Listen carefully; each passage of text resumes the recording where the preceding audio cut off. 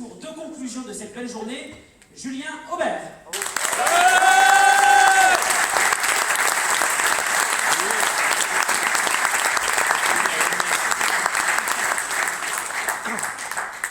Messieurs les députés, les sénateurs, chers collègues conseillers départementaux, conseillers régionaux, maires, mes chers compagnons, à l'heure où se terminent ces premières universités d'été, je formule le vœu que vous gardiez le souvenir d'une très belle journée de réflexion. Et je voudrais remercier Joël Raymond, le maire de Montbarin, et Pauline, la directrice de la fruitière numérique, pour leur accueil dans ce très très beau lieu qui symbolise la volonté aussi de faire du développement économique en territoire rural. Ce succès, nous le devons à 3 catégories de personnes que je souhaiterais remercier. D'abord, nos brillants intervenants, venus des 4 coins de la République. Alors je pense tout d'abord à ceux qui ne partagent pas a priori toutes nos idées. Jean-François Césarini, député de La République En Marche, Agnès Verdier-Molinier, directrice de l'IFRAP, Philippe Bagnères, essayiste, chef d'entreprise, libéral s'il en est, Céline Pinard, essayiste. Bon, elle m'a dit qu'elle était de gauche, mais je suis découvert de gauche aujourd'hui.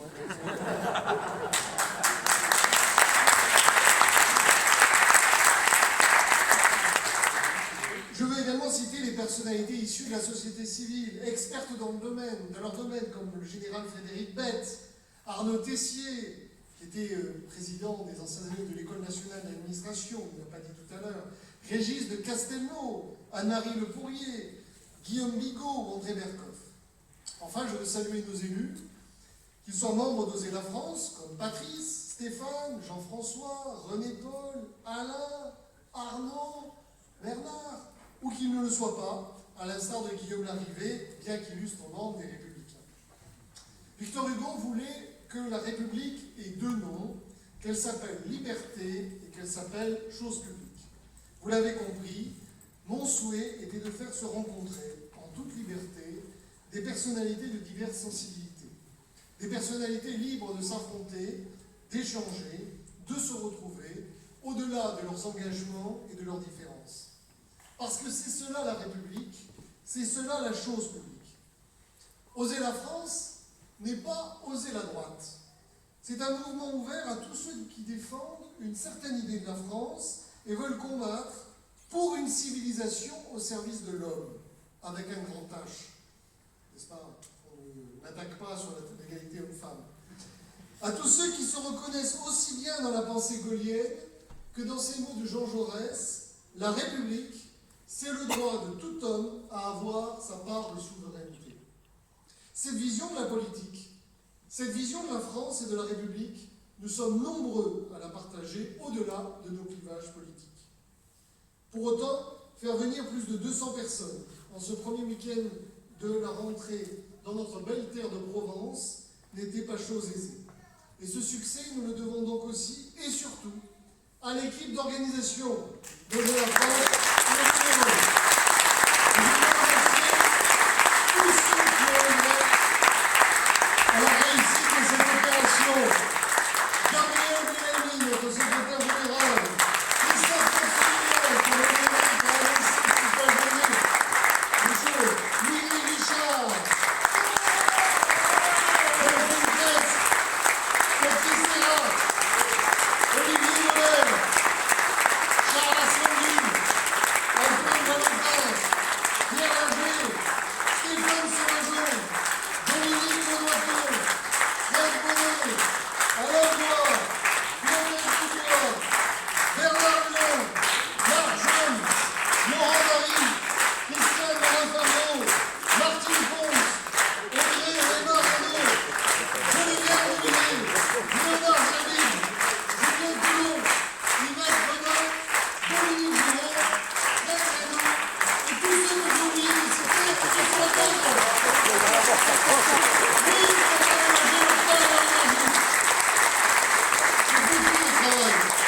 Beaucoup de travail. Mais ce succès, c'est aussi évidemment à vous que nous le devons, vous qui avez pris une journée pour venir de Picardie, de Bordeaux, de Lyon, des Pyrénées, de Bretagne, que j'ai une conseillère régionale de Bretagne, là-haut, très discrète, même disons. Oui, c'est vous qui faites Oser la France. Et nous avons souhaité la création d'Oser la France parce que nous croyons dans la grisaille ambiante qu'il était grand temps de rallumer la flamme d'un courant de pensée patriote, républicain, social et humaniste. Charles de Gaulle avait dit en parlant de ses écrits, « Maintenant, c'est la grisaille. Mais la France ne peut pas s'en contenter indéfiniment. Un jour peut-être, il y aura de nouveau un élan national. Je voudrais qu'il prenne appui sur ce que j'ai tenté. Il est possible après tout qu'un jour, plus tard, quelqu'un y trouve quelque chose qui l'aide à mieux servir la France. Lorsque nous sommes rassemblés dans cette salle, au milieu de toutes ces intelligences, je ne sais pas vous, mais je me sens un peu moins orphelin de nos grands anciens. Cependant, que chacun en soit conscient, nous sommes tous, vous êtes tous, des molécules de changement. La résistance à la bêtise naturelle, c'est toujours une œuvre collective. Alors, j'en viens au sujet du jour. Et j'ai écrit ce discours dont je ne vais pas changer une ligne avant que chacun des intervenants ait parlé. Donc, vous pourrez ainsi comparer ce que j'avais en tête et ce qui a été dit, et vous allez retrouver, y compris dans certaines expressions, des choses qui ont été dites. Pourquoi parler d'État ? En France, depuis les Capétiens, la nation s'est construite au même rythme que l'État. Des Médicis de Charlemagne jusqu'au préfet de Bonaparte. Et il n'est donc pas anodin, alors que notre pays s'interroge sur son avenir, que notre État soit simultanément en crise, victime de nos propres contradictions. Pour les Français, l'État fonctionne de manière byzantine. Il semble à la fois absent des endroits stratégiques, les quartiers difficiles, où l'islamisme et le banditisme se donnent la main, la ruralité, où les services publics meurent, l'école, où le niveau baisse, l'hôpital, et en même temps, il est trop présent là où l'on souhaiterait qu'il ne fusse pas. Au bord des routes, quand vous partez en vacances, pour surveiller les automobilistes un peu trop pressés, chez les patrons d'entreprise qui sont traqués par le fisc, par les services d'hygiène, etc., etc. Lorsqu'on en vient aux solutions, chacun a sa vision. Pour le secteur marchand, l'État est vu comme tatillon, générateur de normes, de taxes, destructeur de croissance. Pour le secteur public, et notamment les fonctionnaires qui le servent, l'État est devenu infirme, à la fois incapable de financer ses missions premières et obsédé par son surpoids, ce qui le conduit à ne concevoir d'horizon pour ses propres agents que la politique du rabot. Plus inquiétant, le président de la République n'a pas de vision de l'État. Le rapport CAP 2022, commandé par l'Élysée, puis ensuite promptement enterré, laissait entendre l'abandon de certaines missions régaliennes pour impératifs budgétaires. Alors, le rapport a certes été enterré, mais le cap reste le même. Et lorsqu'il est question d'État, je vous rassure, le cap n'est pas celui de Bonne Espérance. C'est plutôt le cap Horn. Et le naufrage n'est pas loin. Emmanuel Macron a ainsi asphyxié financièrement les collectivités locales, au point de déclencher une vague sans précédent de rébellion contre Paris. Le même président a préféré démissionner face à ses responsabilités en abandonnant le projet de Notre-Dame-des-Landes, au mépris d'ailleurs du suffrage populaire, et mentir aux élus sur la fermeture des classes scolaires en milieu rural.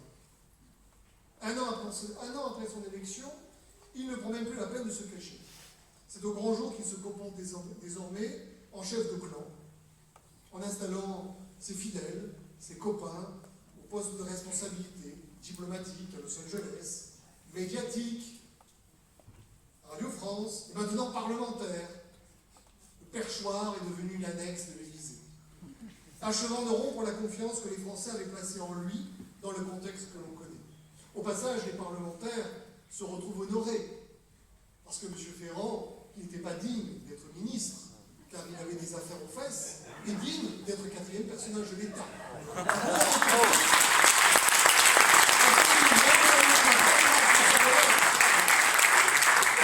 Alors la question qui était celle d'aujourd'hui, c'est où est l'État ? Où est l'État ? La première table ronde a commencé à aborder le sujet au plan institutionnel et politique. Elle a remarquablement illustré que le Parlement ne fait plus la loi dans ce pays. Il doit faire face, et je l'ai écrit avant, au gouvernement des juges et aux normes internationales toujours plus envahissantes. Au nom de la liberté et de valeurs humanistes à première vue parfaitement respectables, les juges ont cessé de dire le droit au nom du peuple français pour mieux faire droit aux intérêts supérieurs des échanges et de grands principes jurisprudentiels qu'ils ont eux-mêmes sécrétés. Regardez comment les juges, en s'appuyant sur l'ouverture que nous leur avons ménagée par les traités qui permettent d'écarter des règles internes pour respecter des principes supérieurs, en viennent à dicter notre politique d'immigration et d'asile. Ils nous privent ainsi collectivement des droits les plus fondamentaux d'un peuple, l'exercice de sa souveraineté sur un territoire donné et sur ses frontières. En France, c'est le principe de fraternité qui est étendu à tout le genre humain par le Conseil constitutionnel pour conforter l'aide que certains citoyens français apportent à des migrants pour séjourner irrégulièrement sur le territoire. En Italie, Matteo Salvini, ministre de l'Intérieur italien, se retrouve quant à lui visé par une enquête pour séquestration de personnes, arrestation illégale et abus de pouvoir, parce qu'il a refusé de faire débarquer des migrants du navire Diocity. Qui peut encore croire que ces juges ne font pas de la politique? Et où cela nous mènera-t-il? Le Parlement est aussi confronté à une administration qui, faute de pouvoir trancher les grandes questions, justifie son utilité en multipliant les normes réglementaires et en empiétant parfois, d'ailleurs, également sur le domaine de la loi. Le Parlement, à défaut d'être utile, eh bien, joue les utilités. Enfin, il doit affronter une opinion publique qu'on manipule par la peur du nucléaire, la peur des pesticides, la peur des OGM, la peur du CO2, la peur de la viande rouge, la peur du tabac, la peur de l'alcool. Tout est devenu dangereux. La peur de la vitesse au volant. Il faut donc une rééducation comportementale du citoyen. Et du coup, le citoyen, il réclame quoi? Il réclame des règles, des protections, des lois. Souvent d'ailleurs, pour mieux s'en plaindre et de s'en affranchir une fois votée. Alors, quelle conclusion faut-il en tirer? Eh bien que la Ve République doit être remise d'équerre. La Constitution est une norme fondamentale. Elle est une matrice créatrice et protectrice des droits des citoyens. Elle n'est pas un jouet que l'on peut modifier au gré de l'inspiration du moment ou de coups politiques. Elle est au sommet de notre ordre juridique, elle doit le rester. En dernier recours, le Parlement français doit avoir le dernier mot. Et si nous voulons un État dominé par la loi, c'est-à-dire l'expression de la volonté populaire, nous devons donc mettre fin à la bureaucratisation rampante de l'État, ce qui est à l'autorité de l'État, ce que le mauvais cholestérol est au bon cholestérol.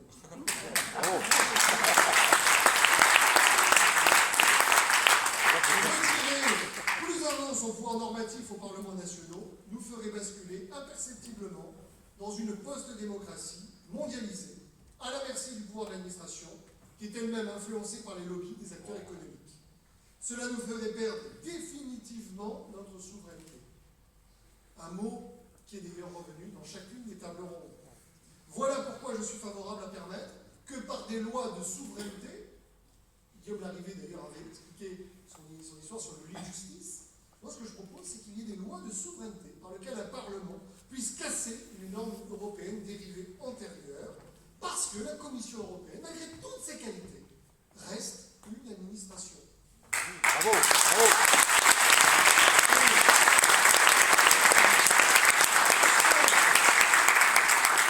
Sans démocratie nationale, point d'Europe.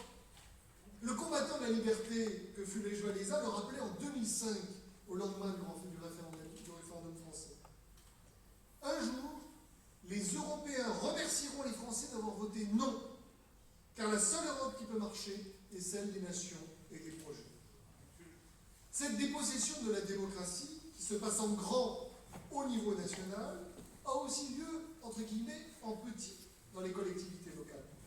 La seconde table ronde a amené la réflexion dans nos territoires en ouvrant une question taboue, et si la décentralisation avait failli? Alors je dis tabou parce que critiquer la décentralisation, chose risquée. Tout le monde accuse le centralisme, le jacobinisme. C'est d'ailleurs un contresens historique. Parce que je vous rappelle que la France est justement bâtie contre les féodalités. Et moi, des fois, j'ai des collègues de droite qui disent « Ah, les jacobins !» Ça dépend. Les jacobins étaient des hommes de gauche à l'origine. Enfin, ça dépend ce qu'on entend par jacobinisme. Décider au plus près du terrain semble au XXIe siècle de bon sens. Même si le numérique questionne notre relation aux distances et à la géographie, voire déconnecte le politique du terrain, comme on l'a vu avec les candidats Internet d'En Marche et certains parlementaires. Et pourtant, alors que jamais on a autant décentralisé, le gouvernement de la France n'a jamais été aussi parisien. Quel beau gâchis. 600 000 élus locaux, dans leur immense majorité des bénévoles, des hommes et des femmes qui ne comptent pas leur temps, et il faut souvent remonter à une poignée, voire à un seul, pour que les décisions se développent. La condition des élus locaux n'est pas le moindre des paradoxes. Alors que la crise de la démocratie bat son plein et que les urnes se vident de leur sève, quel élu est le personnage le plus populaire? Le maire. Tout le monde l'a dit. Élu pour la première fois en 1789, comme d'ailleurs les présidents de conseils départementaux. Nous sommes bien loin ici du nouveau monde. Nous sommes dans la réalité des territoires. Qu'est-ce qu'on a fait depuis 30 ans? On a retiré une à une les compétences des maires au profit d'autres collectivités créées depuis 1982. À quoi aboutit-on? À une baisse de la confiance des Français dans leurs maires et à un découragement généralisé des élus municipaux en place. A-t-on pour autant créé simultanément de l'attachement pour les conseillers communautaires, métropolitains, les conseillers régionaux? Non. En réalité, mes chers compagnons, la commune est à l'intercommunalité ce que la France est à l'Union européenne.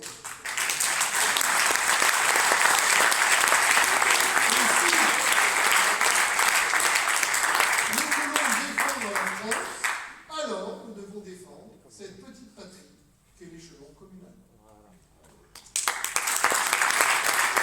Il est important de le faire, alors qu'un véritable rouleau compresseur à l'échelle nationale dévaste depuis des années nos communes. Une attaque méthodique conduite au nom des impératifs financiers, et c'est Philippe Bagnères tout à l'heure qui l'a dit, et du Big is Beautiful, faisant fi de l'histoire et laissant de côté l'humain. C'est cette même idéologie qui nous explique que la France est trop petite pour survivre, que la commune est trop petite également pour incarner l'avenir. Au prétexte de regrouper pour être plus fort, on crée de gros bibendums, obèses, au nom souvent abscons, totalement déconnectés du territoire, de son histoire, de sa géographie, de ses réalités humaines. C'est ainsi que dans l'ouest de la France, un département de 700 000 habitants comme le Maine-et-Loire ne compte plus en tout et pour tout que 9 intercommunalités, dont certaines font 1400 km², c'est-à-dire 40% de la superficie de Vaucluse. Où est passée la proximité? Qu'est devenu le contact humain? Peut-on encore parler d'élus de terrain quand vous êtes élu sur 1400 km²? Est-ce qu'on peut encore concevoir ce qu'on appelle des politiques locales? Incroyable. On ne crée pas des collectivités juste pour administrer. C'est un fonctionnaire qui vous le dit. Une collectivité, je crois que quelqu'un l'a dit tout à l'heure, c'est une terre, des hommes et des femmes, une réalité humaine, du lien, un sentiment de partage et d'adhésion, des règles établies en commun. Sans cela, il n'y a pas d'âme. Comme dans l'usine à gaz onusienne ou européenne, le Big is Beautiful ignore la réalité de l'homme. Il oublie comment on peut être fier d'être perthusien, marseillais ou aptésien, se passionner pour l'histoire papale du comte vénessin ou se mobiliser pour le nom de sa région. Alors la solution miracle n'existe pas, et je pense que plutôt que de rentrer dans la carte, il faut procéder par méthode, en se demandant quels principes nous devons appliquer. Premièrement, je vous donne quelques idées personnelles, un principe de responsabilité. L'élu doit être élu sur son nom. Comme ça, on sait qui on sanctionne ou qui on reconduit à la fin.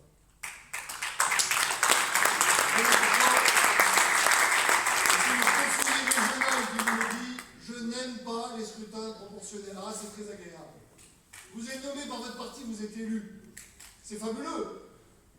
Mais ça vous déconnecte totalement des choses. Vous n'avez aucune pression, aucune responsabilité. Il faut donc disposer du pouvoir également d'augmenter ou de baisser les taxes en fonction de la gestion. Parce que quand on n'y comprend plus rien dans le mécano financier, que vous dit votre élu? Vous dit c'est pas moi, c'est l'État. C'est pas moi, c'est le mécano. C'est pas moi, c'est le département. C'est pas moi, c'est l'échelon au-dessus ou en dessous. Et il faut évidemment des compétences claires et définies. Pas des atrocités comme on a inventé pendant la note le chef de fila. Chef de file 1, ça veut dire que vous êtes chef de file. Ça ne veut pas dire que vous êtes responsable. Vous êtes le premier de cordée, mais tout le monde est sur la cordée. Deuxièmement, vous devez avoir un principe de distinction entre identité, quand on parle du sujet, administration et collectivité, pour revoir les niveaux d'organisation. Quand vous prenez un Vendéen, il se trouve que j'ai vécu en Vendée, l'identité première d'un Vendéen, c'est son département. Il est d'abord Vendéen. Sa région n'a pas de sens. Bon, il n'y a aucun Vendéen à dire je suis région Pays de la Loire. Il s'en fiche. Il est Vendéen. En revanche, passer de l'autre côté de la nuance, on se sent marseillais, la commune. Et puis provincial. Par contre, demander si on se sent plus coronanien, pas du tout dans le champ identitaire. Un habitant d'un département composite comme l'Eure-et-Loire marquera son attachement à des notions géographiques comme la Beauce ou le Perche, plutôt que c'est qualifié d'Euréliens ou d'habitants de la région Centre-Val de Loire. Il faut donc en avoir conscience. Nous avons une relation à l'identité qui peut différer suivant les territoires. Notez cependant, et Bruno Retailleau comme Philippe de Villiers ne s'en favoriseront pas, qu'être profondément attaché à la Vendée ne signifie pas être nécessairement attaché à l'institution du conseil départemental. Troisièmement, un principe d'asymétrie. Et je reconnais que dans une enceinte qui est Napoléon, sans doute que tout le monde ne sera pas d'accord, mais il faut susciter le débat. À partir du moment où la relation à l'élu, à l'identité, diffère d'un territoire à l'autre, il faut accepter l'idée que demain, peut-être que les territoires ruraux ont besoin de types d'organisation différents de territoires urbains ou métropolitains, au plan politique, je parle, pas au plan administratif, au plan politique. Que la bonne taille de collectivité communale en Vaucluse n'est peut-être pas forcément la bonne taille de collectivité communale en Vendée. La géographie, la disposition des espaces urbains, la rapidité de communication joue, votre histoire, votre identité, il y a beaucoup de facteurs. Est-ce qu'on doit continuer à organiser le maillage politique sur le modèle administratif de 1790, c'est-à-dire le découpage hérité d'une distance de cheval pour rejoindre le chef-lieu, ou est-ce qu'on doit aborder le sujet différemment? Je crois qu'on ne peut pas construire des collectivités humaines sans identité. Et donc on est obligé d'intégrer ceci pour qu'il y ait un attachement et que ça ne soit pas simplement des cathédrales comme, permettez-moi une petite critique, la métropole marseillaise. On vient jusqu'à Pertuis, c'est-à-dire en Vaucluse. Je suis député de la métropole marseillaise, par la grâce de M. Hollande. Ça continue avec Lyon qui va descendre par en bas, je pourrais peut-être un jour être dans les deux.